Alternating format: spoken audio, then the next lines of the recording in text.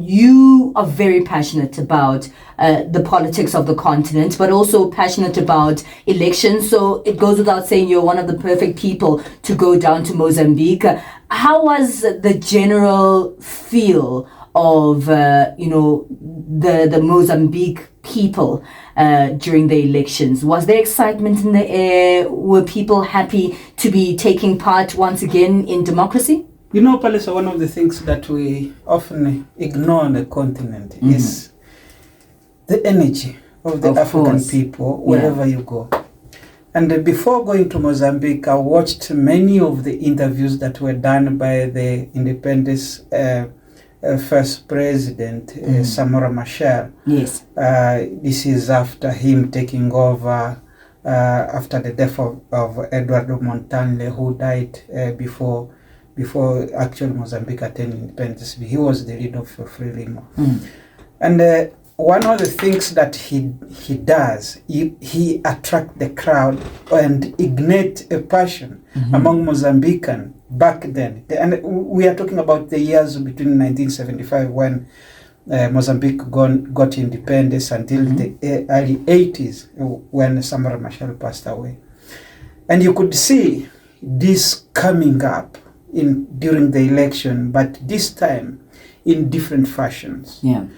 People expressing their optimism about a new political dynamism that comes into the equation, the injection of new fresh blood into the political system in Mozambique, being the likes of Daniel Chapo from Frelimo, or even to Venancio Montañe from Podemos, yes.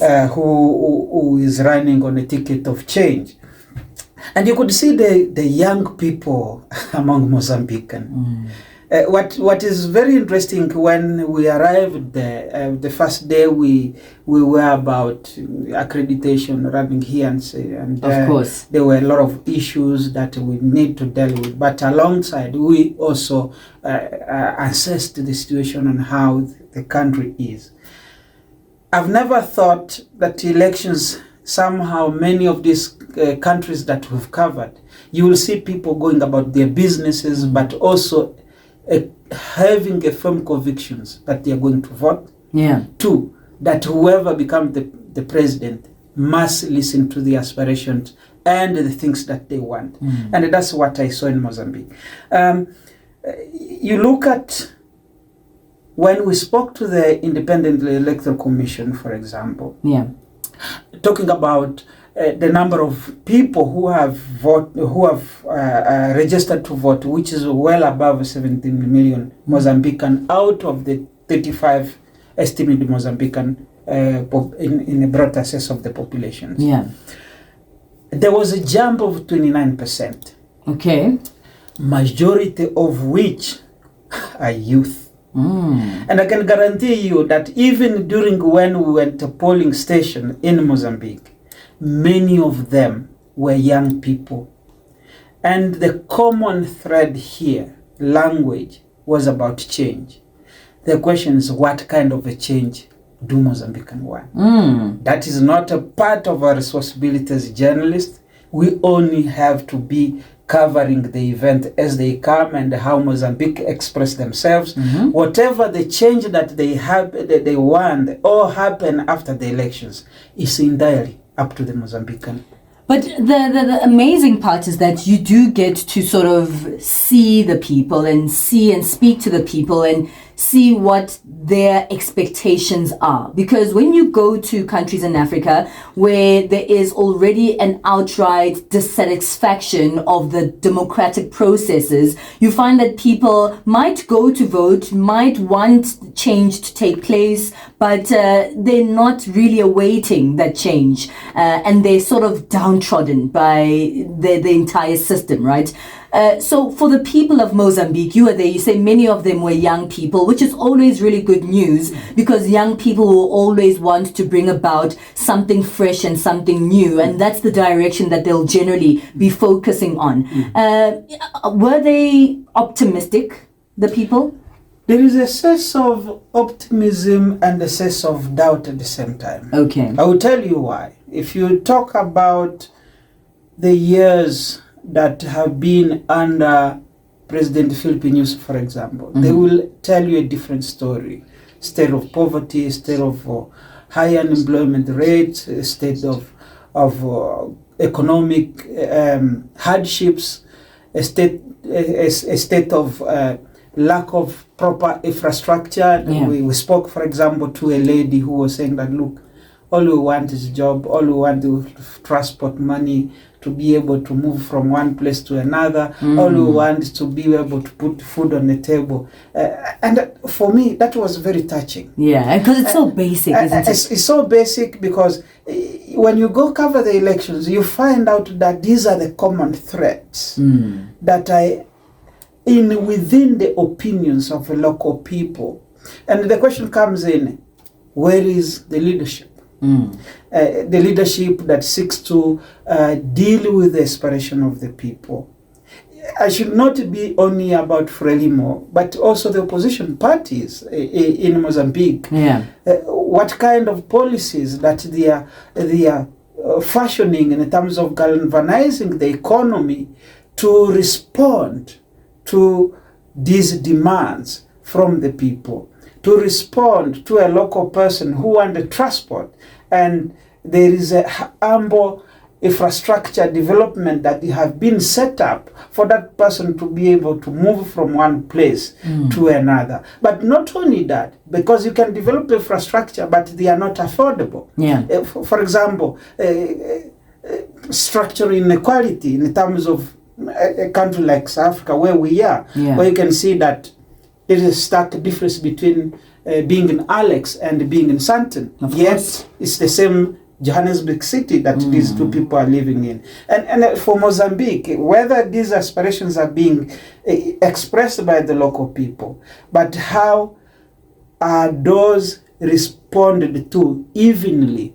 so that the political class, when they respond, when they rule and govern over, they are governing on a basis of responding to the aspiration of the people. And for me, I think that is very important. I'm not an expert in elections in Mozambique, of course, yeah. Nor am I a political expert in what is happening in Mozambique. But those are basics. And the basics, they are not only for Mozambique. Every human being is born with the inalienable right to be able to express themselves, to be able to attain to certain degree of level of standards of living, of course, that you cannot take away from them. But unfortunately, most of the political class on the continent, and Mozambique included, you see there is a talk about self-enrichment among those in power.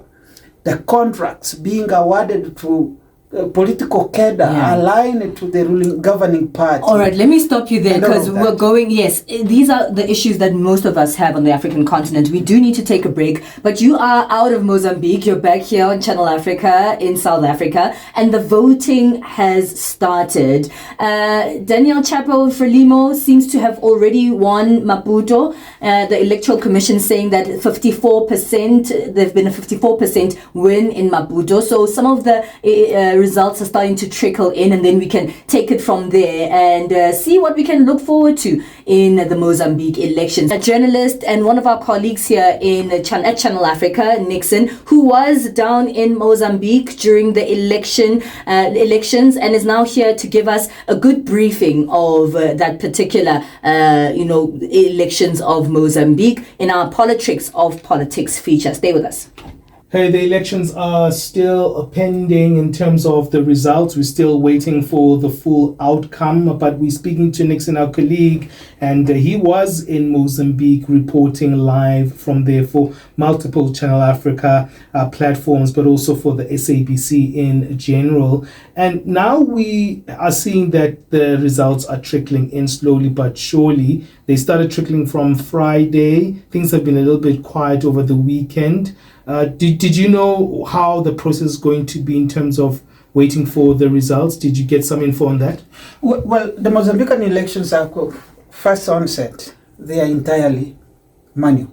Wow.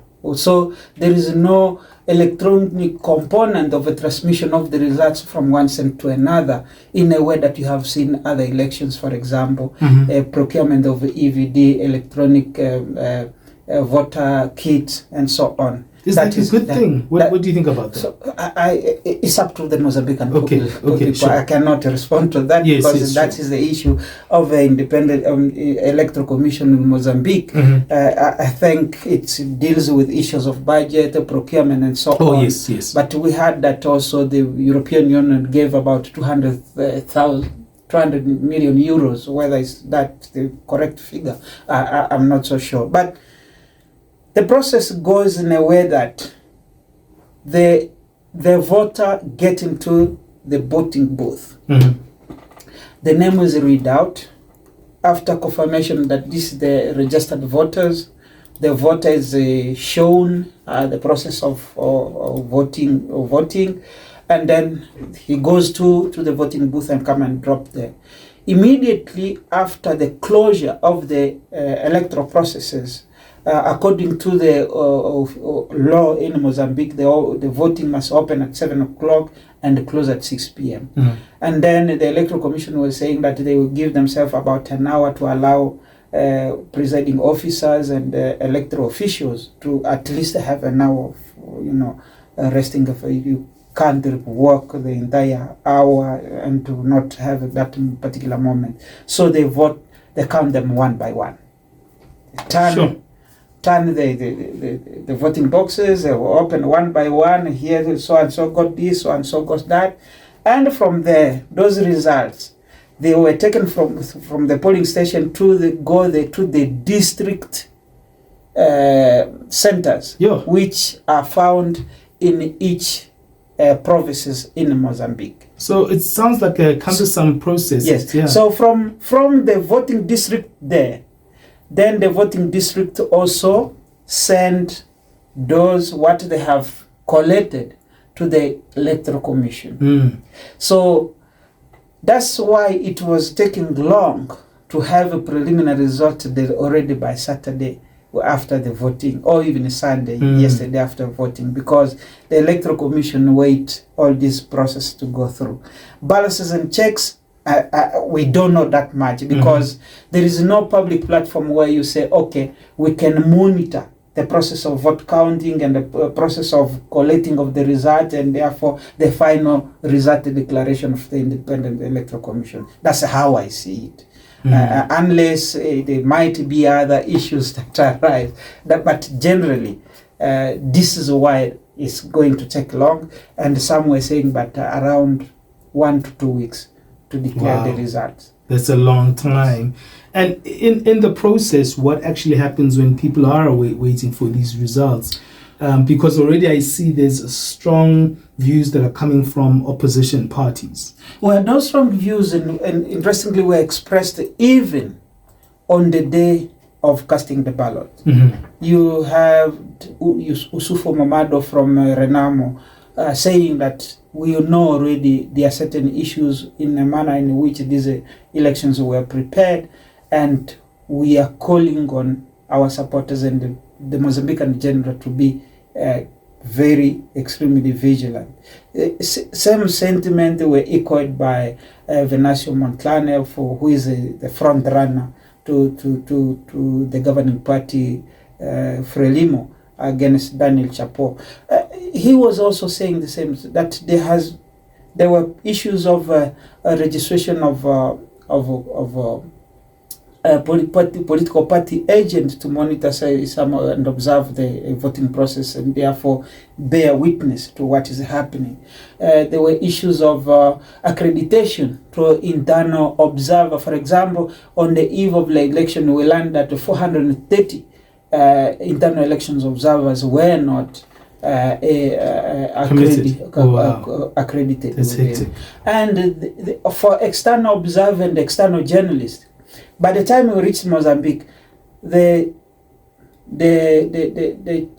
person we spoke to at the Electoral Commission said that we were about 4 journalists at the time who have actually been accredited to the commission. Wow. But apparently it was international journalists, and I'm not saying local journalists, international journalists. Apparently it was because of the submission of documentations and a process of acquiring visa. I myself had a difficulty, but had I not used the ingenuity of traveling across the continent to have it and go to Mozambique, get the visa after submitting my electronic application to online, and then when I went to the airport, they had no choice but to grant me, because there was no way I was going to be turned back. And then, you know, let's wrap it up. We're running out of time, unfortunately, Nixon. What do you think is at stake in this particular election? Just in a minute, I mean, how important was this election? What is at stake is the future of Mozambique. A youthful population, declared among the 5 most poorest nations in the world, yet with so much resources, and much of which is, I think, because of governance. I cannot describe the kind of governance that is there. That is not a call for me to do, but I hope that will come for the next leaders to take Mozambique in its right place, where they go back to, for example, the years of Joaquim Chissano, where Mozambique was seen a beacon of hope in terms of fastest growing economies in Africa and the world. And for me, that's most basic, important, regardless of whether Frelimo win or Renamo win or Podemos win or whoever come to power. The people of Mozambique must come first. It's economic development, it's a social security, it's a security at large in terms of human security. Must be primarily taken care of. All right, thank you so much, Nixon. That's our colleague Nixon joining us. He was reporting right there from the ground during these elections. We were unpacking some of the experiences that he had in Mozambique. Well, that's how we wrap up our Politics of Politics today.